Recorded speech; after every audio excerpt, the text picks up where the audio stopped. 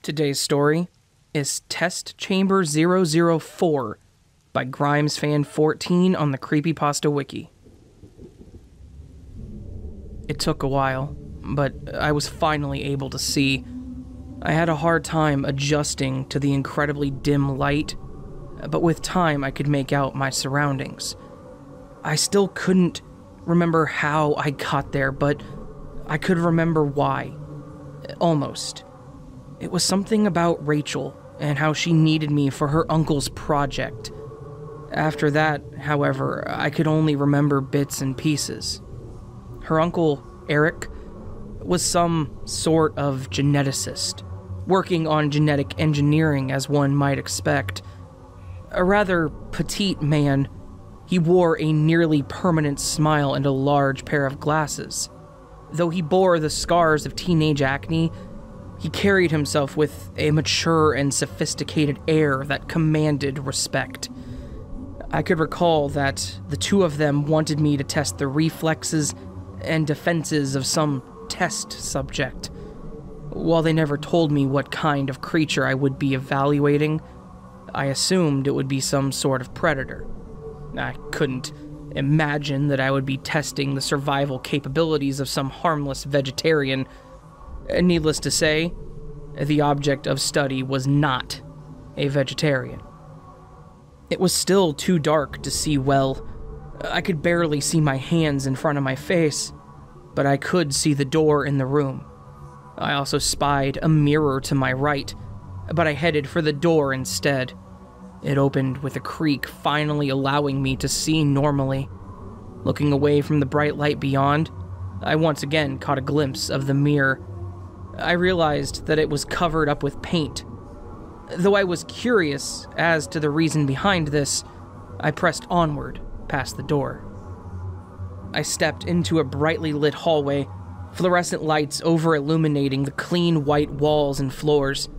I recoiled my foot when it touched down, as the cold sterility of the floor was very uncomfortable. I hadn't noticed up until this point, but my feet were bare. I touched my chest, and I found it uncovered as well. I was wearing nothing but a loose, baggy pair of green cargo pants that were almost falling down. Seeing no alternative, I decided to brave the cold floor and hopefully find Rachel, her uncle, or maybe someone who worked at the facility in which I currently resided. As I continued down the hallway, my feet became much less sensitive to the cold, more so than I expected. I reflected on my decision to aid my friend. I had known her since high school, where she had served the ever-important role of the out-of-my-league crush. Almost despite her ravaging beauty, Rachel Statler was particularly intelligent, more so than myself, and this fact alone had always fascinated me. Her interest in genetics didn't surprise me once I learned about her family. Her uncle, the geneticist, had replaced her father after the latter's sudden demise years before I met Rachel. Eric acted as a fine substitute for her father, as they were fraternal twins that shared many of the same interests. Rachel and her uncle had been close ever since she was a girl, and I could easily assume that it was his influence that sparked her curiosity in genetics. Her father had been a biochemical engineer, so none of Rachel's friends or family were surprised when she followed in the twins' footsteps. I had never revealed the depth of my affection for her, but on some level I was sure I didn't have to. She was a smart girl, and if she could understand what people were made of, then she could understand what our relationship was made of. The two of us remained friends long after high school, and now we were both in our mid-20s and single. I felt that it was high time we got together, and I had agreed to help her uncle's research to get closer to her. I hoped that doing my part in this would set me up for a date with her. I could finally take the shot that I had always passed up. However, this was where my memory became less clear. I couldn't remember if either Statler had explained the circumstances to me. Not that it mattered. Had they asked me to take a dip into a volcano, I probably would have done it. Still, I couldn't shake the feeling that they were withholding something from me. Rachel had always been fairly open with me, and I vaguely recalled that earlier she had somehow deviated from her usual behavior. I continued down the hallway, my feet now adapted to the cold floor. I noticed that even the baggy pants seemed to fit a little better now, much to my relief. I didn't have to hold them up anymore. Unfortunately, I experienced a brief headache that made me pause and grunt in discomfort. It only lasted a second, and once it had passed, I continued forward. It had never been clear how exactly Rachel's father had met his end, but from what I could tell, it wasn't peaceful. Though I never asked her about it, primarily out of compassion, I had gathered that it wasn't from an illness or a crime. None of the Statlers had ever told me what happened, but it seemed to me that it had something to do with Eric. I never saw Rachel's mother speak to Eric after the funeral, and the same went for Eric's own mother for that matter. I couldn't imagine that Eric would have intentionally killed his brother. He didn't seem to be a violent man, but the reactions from his family could not be discounted.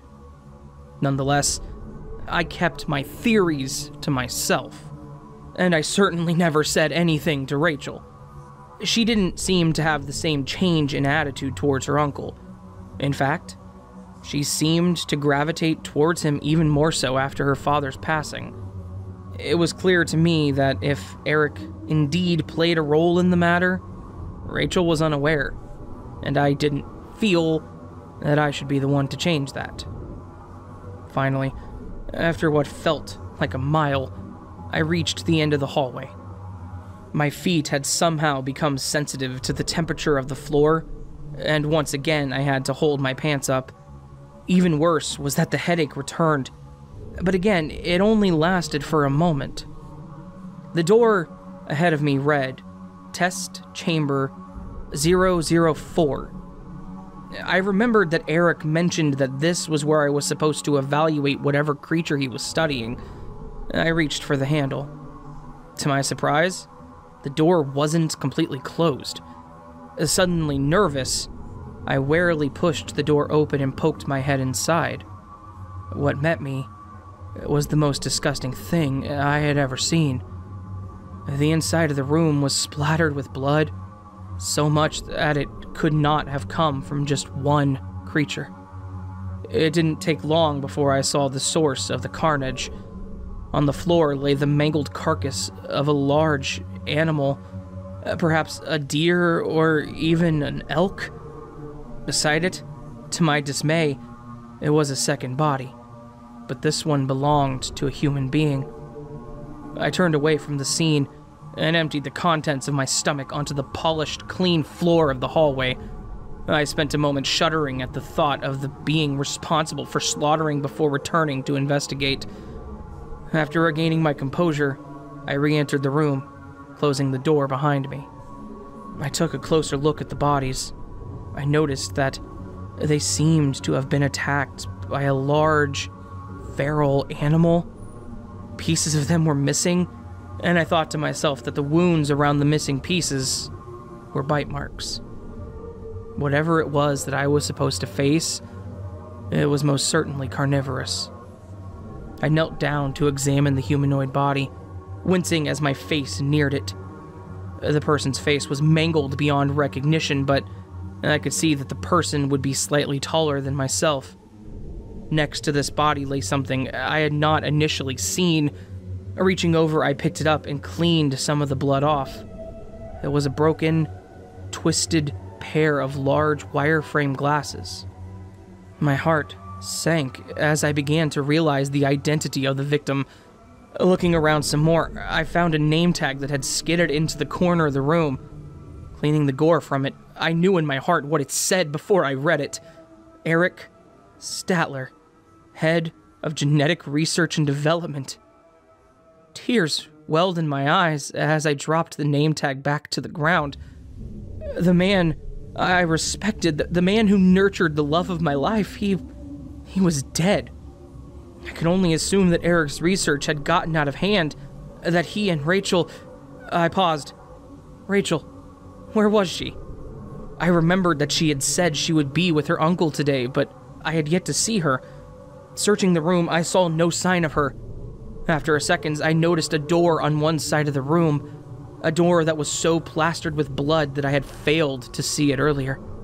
It seemed to be some kind of small storage closet, possibly for emergency supplies. I prayed that Rachel would be in there alive. If anything, maybe the monster hadn't found her. I approached the door and pulled the handle. It refused to budge. Then, I heard a soft, shaky voice from inside. Hello? Uncle Eric? I sighed with relief as the door inched open, and my beautiful Rachel slowly emerged. Rachel, thank God you're okay, I exclaimed, reaching out to embrace her. She seemed almost shocked to see me, raising one hand to her mouth before she spoke again. Aaron? Oh my God, where have you been? I've been all alone in here for hours. Uncle Eric, he... She fell to the ground sobbing. I sunk down and hugged her. Shh, I know, but we have to leave, right now. I think whatever creature your uncle engineered got loose, and we need to leave in case it's still here. Come on, please. Oh, Aaron, I'm so sorry, Rachel uttered through choking sobs. My uncle, he told me the thing was dangerous, but he said you wouldn't be in any danger. He didn't tell me what he meant or how he knew that, but he told me that you would be all right. He said it was important, that he made a breakthrough. He said that he needed someone like you to test it somehow. He never told me what it was. He never let me see it. Rachel, it's fine. I'm fine. We just need to go so whatever it is doesn't find us, please. Just get up. You could tell me about it once we find a way out. Just get up. She nodded meekly, and I helped her to her feet. Before she was fully up, though, my headache returned. It was much stronger now, and I accidentally dropped her. I wanted to apologize to her, but the pain was too much. Suddenly, I heard Rachel scream, a blood-curdling cry that echoed through the tiny closet in which she sat. Oh God, I thought. The monster found us. The last thing I heard before losing consciousness was Rachel screaming my name. I awakened in the corner of the large, blood-stained room where the bodies lay. I thought that the creature must have thrown me against the wall in an attempt to kill me. I spat out a bit of blood, thinking that it must have knocked out one of my teeth. I realized it must have turned its attention elsewhere. It took a moment, but I gasped and looked towards the supply closet. The door was ajar. I scrambled over to the open door, where I cried in horror at what I saw. My sweet Rachel had claw marks and bite marks all over her body, and her face was frozen in a twisted scream of agony. I broke down, tears streaming down my face as I cradled her limp form. I shook her, hoping to rouse her from death, pleading with God to bring her back to me. I knelt there for some time, lamenting my lost love and wishing with all my might that the creature had just taken me instead of her. Then, something changed. I slowly stopped my crying and returned Rachel's body to the floor. I stood, fist clenched, and thought to myself that this creature had to pay for what it had done to me. I ran to the door, violently yanking at the handle to no avail.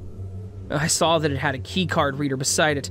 I snatched Eric's name badge and slid it through the slot. The door opened with a beep, and I began to tear through the hallway that I had walked down earlier.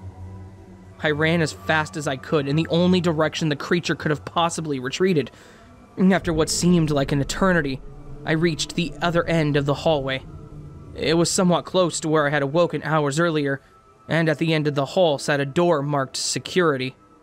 I saw that the door was standing open, with claw marks around one edge. I entered nonetheless, hoping to find a gun or another weapon that I could use to kill the creature. Inside was the guard in charge of the security cameras, dismembered in the same manner as the occupants of Test Chamber 004, though it hardly mattered to me. I figured that the creature had clawed open the door and killed the guard.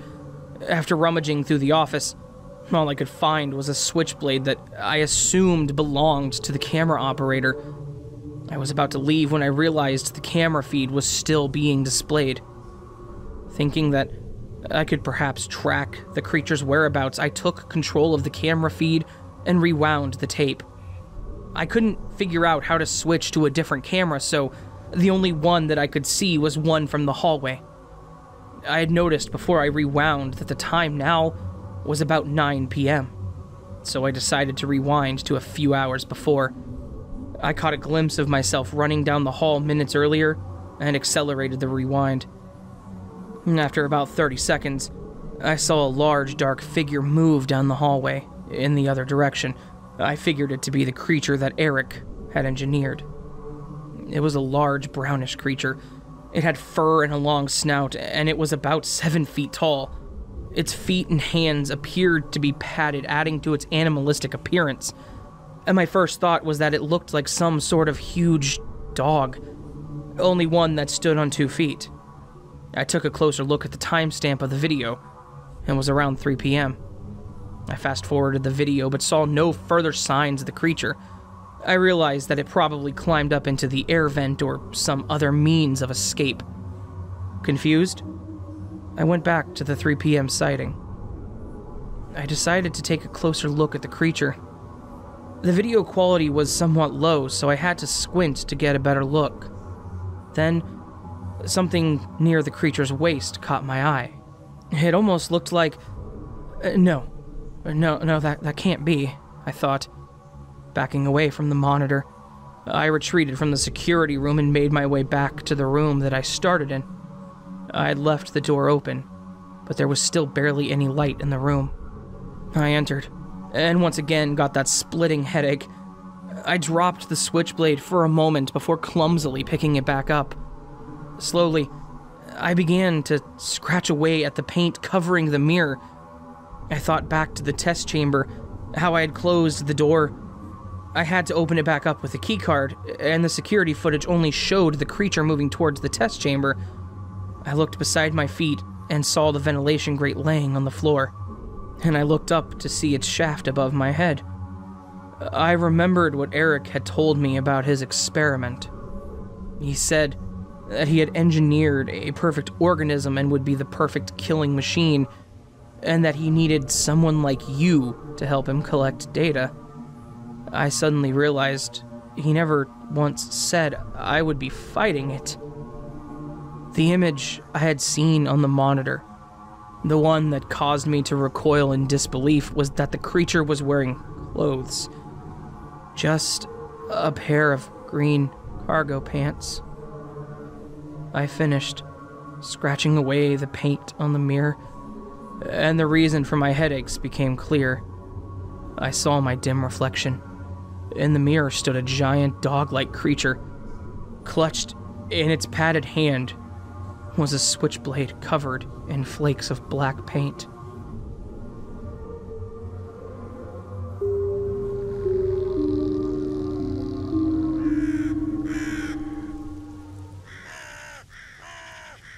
Well, hey there, friends. I hope you enjoyed this awesome little werewolf cryptid horror story. I thought it was pretty fun. This was once again written by Grimesfan14 on the Creepypasta wiki.